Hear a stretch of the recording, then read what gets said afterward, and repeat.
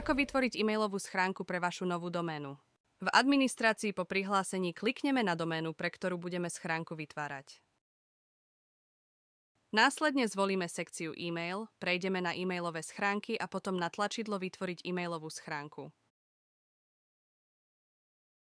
Vyberieme si názov schránky, zvolíme heslo a veľkosť kvóty, ktorá bude alokovaná pre túto schránku.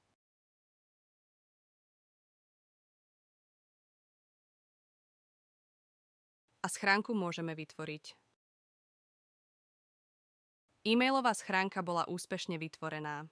Pre jej využívanie môžete využiť napríklad náš webmail, ktorého odkaz nájdete v administrácii. Prihlásenie je veľmi jednoduché. Klikneme na odkaz webmail, zadáme názov schránky a heslo.